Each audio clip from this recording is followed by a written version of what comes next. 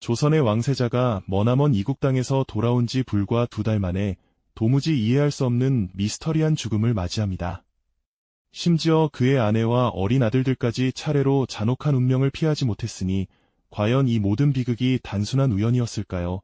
아니면 깊은 궁궐 속에 숨겨진 은밀한 음모의 그림자였을까요? 오늘 우리는 조선 역사상 가장 충격적이고 비극적인 왕실 사건 중 하나로 기록된 소현세자 일가의 몰락 뒤에 감춰진 진실을 파헤쳐 보려 합니다. 한 가족의 비참한 최후가 과연 어떤 권력의 암투와 맞닿아 있었는지, 그리고 그 진실이 우리에게 던지는 질문은 무엇인지 지금부터 숨막히는 역사의 미스터리 속으로 함께 떠나보시죠. 시계바늘을 거꾸로 돌려 병자호란 직후의 혼란스러운 조선시대로 가보겠습니다. 인조 15년 1637년 청나라와의 처절했던 전쟁에서 패배한 조선은 치욕적인 항복을 맞이하게 되죠. 인조는 삼전도의 굴욕을 감내해야 했고 그 대가로 조선의 미래를 짊어질 왕세자 소현과 그의 동생 복림대군이 청나라 심양으로 인질로 끌려가야 했습니다. 참으로 비통하고 절망적인 순간이었을 겁니다. 하지만 소현세자는 이 절망적인 현실 속에서도 남다른 면모를 보이기 시작합니다. 그는 단순한 인질 생활에 갇히지 않았습니다. 오히려 청나라라는 새로운 세계를 적극적으로 배우고 경험하며 미래의 조선을 위한 희망을 꿈꿨습니다. 북경의 활기 넘치는 거리와 서양의 진기한 문물은 소현세자에게 이전에는 경험하지 못했던 새로운 세계의 지평을 열어주었습니다. 그는 청나라에 머무는 동안 서양의 선교사, 특히 독일 출신의 예수의 선교사 아담 살폰 벨과 깊은 교류를 가졌습니다. 아담 살폰 벨은 그에게 단순히 종교만을 가르친 것이 아니었습니다. 당시 유럽에서 꼽히던 천문학, 수학, 과학기술 등 다양한 학문과 서양의 발전된 문물들을 소현세자에게 소개해 주었죠. 세자는 이 모든 것을 스펀지처럼 흡수했습니다. 지구의 자전과 공전을 설명하는 혼천의 정교한 서양시계, 그리고 이전에는 상상조차 할 수 없었던 새로운 지식들은 세자의 눈을 휘둥그레 만들었습니다. 그는 단순한 호기심을 넘어 이 모든 문물이 조선의 미래를 바꿀 수 있다는 확신을 가졌던 것 같습니다. 직접 서양 서적을 읽고 새로운 기술을 배우며 청나라의 개방적인 태도를 보면서 조선이 나아가야 할 방향에 대해 깊이 고민하기 시작한 것이죠. 소현세자는 단순히 새로운 문물을 받아들이는데 그치지 않았습니다. 그는 청나라의 정치, 경제 상황을 면밀히 살피며 조선의 국익을 위한 실리적인 외교 활동도 펼쳤습니다. 청나라와 조선 사이에 벌어진 무역 분쟁을 해결하고 조선 포로들의 송환을 위해 노력하는 등 실질적인 성과를 거두기도 했죠. 또한 그는 청나라의 군사기술을 익히고 화약 제조법을 배우는 등 국방력 강화에도 깊은 관심을 보였습니다. 인질이라는 어려운 상황 속에서도 그는 미래의 조선을 위한 개혁과 번영의 청사진을 그려나가고 있었던 겁니다. 마치 어둠 속에서도 한 줄기 빛을 찾아 나서는 등대처럼 그는 청나라에서 새로운 희망을 발견하고 있었죠. 하지만 조선으로 돌아갈 날이 다가올수록 소현세자의 마음 한편에는 불안감도 커져갔을 겁니다. 청나라에서 보고 배운 새로운 세상의 가치와 여전히 보수적이고 폐쇄적인 아버지 인조의 조선은 너무나도 달랐기 때문이죠. 그는 자신이 꿈꾸는 개혁의 비전이 과연 조선에서 받아들여질 수 있을지, 아버지 인조와의 관계는 어떻게 될지 깊은 고민에 잠겼을 것입니다. 과연 소현세자의 위험한 기화는 어떤 파란을 불러오게 될까요? 그가 8년간의 인질 생활을 마치고 돌아온 조선은 그가 꿈꾸던 미래와는 너무나도 다른 현실을 마주하게 됩니다. 소현세자가 8년이라는 기나긴 인질 생활을 마치고 마침내 그리던 조선 땅을 다시 밟았을 때 한양 도성 백성들의 환호는 하늘을 찔렀습니다. 오랜 시간 이국 땅에서 고생한 왕세자의 귀환은 마치 어둠 속 한 줄기 빛처럼 백성들에게 새로운 희망을 안겨주는 듯 보였죠. 하지만 그를 맞이하는 아버지 인조의 표정에는 기쁨 대신 복잡한 수심과 함께 묘한 경계심이 서려 있었습니다. 청나라에서 개방적인 사고와 실리적인 태도를 체득한 소현세자는 척화를 주장하며 과거의 아픈 기억에 갇혀있던 인조에게 너무나도 불편하고 낯선 존재로 다가왔을 겁니다. 마치 거울 속 자신을 보는 것 같으면서도 전혀 다른 그림자를 마주한 듯한 기분이었을까요? 두 부자 사이의 생각은 좀처럼 좁혀지지 않았습니다. 소현세자는 청나라와의 현실적인 외교와 적극적인 교류를 통해 조선의 실익을 추구해야 한다고 역설했지만 인조는 여전히 청나라를 오랑캐라 칭하며 치욕스러운 패배에 대한 복수심에 사로잡혀 있었죠. 서양의 천문학, 과학기술, 그리고 새로운 문물에 대한 세자의 열린 태도는 보수적인 유교 이념의 굳건히 뿌리내린 인조에게는 그저 위험천만한 이단 사상으로 비쳤을 뿐입니다. 마치 다른 차원에서 온 사람처럼 세자가 제시하는 미래는 인조의 눈에는 이해할 수 없는 허황된 꿈처럼 보였을 겁니다.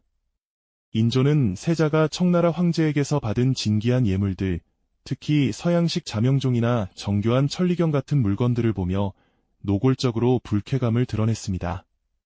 심지어 세자가 북경에서 만난 서양 선교사 아담 살과의 깊은 교류도 인조에게는 눈엣 가시였죠. 세자가 청나라의 선진 문물을 적극적으로 수용하여 조선의 발전을 도모하려는 모습은 인조에게는 자신의 왕권을 위협하고 기존의 질서를 흔들려는 불온한 시도로 해석되었을 가능성이 컸습니다. 아버지의 마음속에 피어난 불안감은 시간이 갈수록 거대한 의심과 증오로 부풀어 올랐고 궁궐 안에는 숨막히는 긴장감이 감돌기 시작했습니다. 두 부자의 관계는 마치 언제 폭발할지 모르는 활화산처럼 위태로웠죠. 소현세자는 자신이 꿈꾸던 개혁의 첫걸음을 떼기도 전에 아버지라는 거대한 장벽에 부딪혀 깊은 좌절감을 느꼈을 겁니다. 그리고 마침내 누구도 상상하지 못했던 비극적인 그림자가 조선 왕실을 덮치고 맙니다. 8년 만에 돌아온 소현세자가 고국 땅을 밟은 지 불과 2달여 만에 갑작스러운 병으로 쓰러져 버린 것입니다. 그는 귀국 직후부터 학질을 앓았다고 전해지지만 그의 죽음은 평범한 질병으로 치부하기에는 너무나도 미심쩍은 점이 많았습니다. 왕세자의 병세는 놀라울 정도로 급격하게 나빠졌고 결국 그는 1645년 5월 8일 창경궁에서 겨우 34세의 젊은 나이로 세상을 떠나고 말았습니다. 너무나도 갑작스럽고 의혹으로 가득 찬 죽음이었죠. 당시 어의 이형익은 세자의 병명을 학질로 진단했습니다. 하지만 인조실록에 기록된 세자의 시신 상태는 학질과는 거리가 멀어도 한참 멀었습니다. 실록에는 온몸이 검은색으로 변하고 이목구비에서 피가 솟아났으며 전신이 붓고 피부에는 검붉은 반점이 가득했다는 충격적인 묘사가 담겨 있습니다.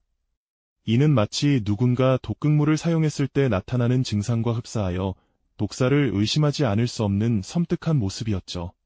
그러나 인조는 세자의 죽음에 대한 어떤 의문도 허락하지 않았습니다. 오히려 서둘러 장례를 치를 것을 지시했고 모든 절차는 마치 도망치듯 급박하게 진행되었습니다. 시신에 대한 면밀한 검신은 당연히 이루어지지 않았고요. 소현세자의 의문스러운 죽음 이후 어의 이형익은 파격적인 승진과 함께 특별한 포상을 받았습니다. 반면 세자의 죽음을 둘러싼 의혹을 제기하며 진실 규명을 촉구했던 신하들은 오히려 인조의 혹독한 처벌을 면치 못했습니다. 이러한 상황은 소현세자의 죽음 뒤에 숨겨진 어둡고 거대한 그림자가 있음을 강력하게 암시하는 것이었죠. 과연 조선의 미래를 짊어질 왕세자의 죽음은 단순한 병사였을까요? 아니면 최고 권력층의 이해관계가 얽혀 벌어진 잔혹한 음모였을까요? 그 의문은 조선 왕실을 통째로 집어삼킬 거대한 비극의 서막에 불과했습니다. 충격과 공포 속에서 진실은 점점 더 깊은 미궁 속으로 빠져들고 있었죠. 소현세자의 죽음을 둘러싼 의혹이 짙어질수록 그 충격과 공포는 조선 왕실을 집어삼킬 듯했습니다.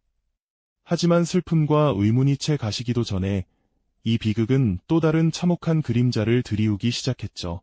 세자의 죽음이 불러온 파장은 그저 한 사람의 비극으로 끝나지 않았습니다. 그의 아내이자 현명한 조력자였던 강빈에게 무서운 그림자가 드리워지기 시작했으니까요. 남편의 죽음으로 슬픔에 잠겨있던 그녀에게 돌아온 것은 다름 아닌 독살 시도라는 참혹한 누명이었습니다. 시아버지인 인조 임금에게 독이 든 음식을 올렸다는 상상조차 하기 힘든 죄목이었죠. 강빈은 결백을 주장했지만 이미 굳어진 인조의 마음과 김자점 같은 권력자들의 모략 앞에서 그녀의 목소리는 힘을 잃고 말았습니다.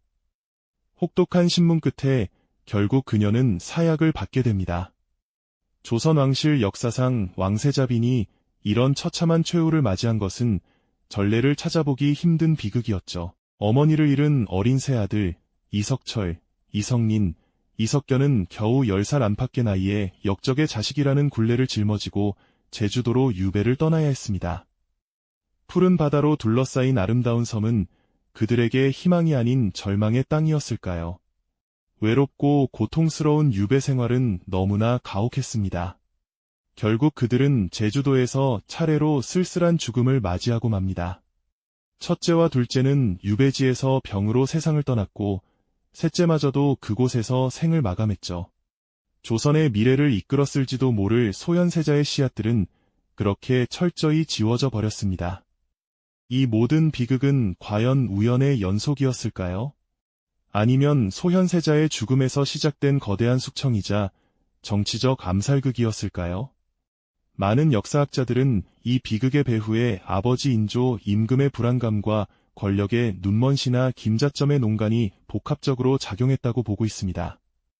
청나라에서 새로운 문물을 접하고 개방적인 시야를 가졌던 소현세자는 당시 척화파의 상징이었던 인조에게는 눈의 가시 같은 존재였을 겁니다. 패전의 수모를 안겨준 청나라의 우호적인 태도를 보인다는 것 자체가 인조에게는 용납할 수 없는 일이었겠죠. 또한 권력의 핵심에 있던 김자점은 자신의 입지를 굳건히 하기 위해 소현세자 일가를 제거하는데 적극적으로 가담했을 것이라는 추측이 지배적입니다. 왕실의 암투는 늘 이런 잔혹한 그림자를 드리우기 마련이죠. 오늘날 우리는 이 비극적인 역사를 통해 무엇을 배우고 있을까요?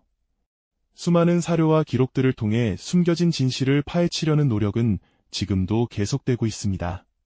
그 시대의 권력자들이 어떤 이해관계로 얽혀 있었는지, 진실은 어떻게 왜곡되고 은폐되었는지를 밝혀내려는 집념은 역사의 미스터리를 푸는 중요한 열쇠가 되죠. 소현세자의 죽음과 뒤이은 그의 아내, 그리고 어린 아들들까지 비참하게 사라져버린 이 일련의 사건들은 단순한 왕실의 비극을 넘어섭니다. 이는 조선이라는 나라의 미래를 바꾸어 놓을 수도 있었던 거대한 정치적 암살이자 권력의 잔혹함이 극에 달했던 비정한 숙청의 기록인 것이죠. 어린 생명들마저 피할 수 없었던 그 잔혹한 운명 앞에서 우리는 깊은 슬픔과 함께 감히 상상조차 할 수 없는 권력의 무게를 느끼게 됩니다. 과연 진실은 어디에 있었을까요? 소현세자 일가의 비극은 단순한 옛 이야기가 아닙니다. 진실이 은폐되고 권력의 광기가 춤추던 시대의 거울이자 역사의 미스터리가 오늘날 우리에게 던지는 질문인 것이죠. 이야기는 과거를 성찰하고 보이지 않는 곳에서 작동하는 권력의 속성을 이해하는 중요한 단서가 되어줍니다. 모든 의문이 명쾌하게 풀리지 않은 채 역사의 한 페이지에 기록된 그들의 비극적인 운명은 오늘날 우리에게도 진실이란 무엇인가라는 질문을 던지며 깊은 여운을 남깁니다. 이 영상이 도움이 되셨다면 좋아요와 구독 부탁드립니다. 여러분의 응원이 제게 큰 힘이 됩니다. 다음 영상에서도 더 유용한 정보를 공유하겠습니다. 감사합니다.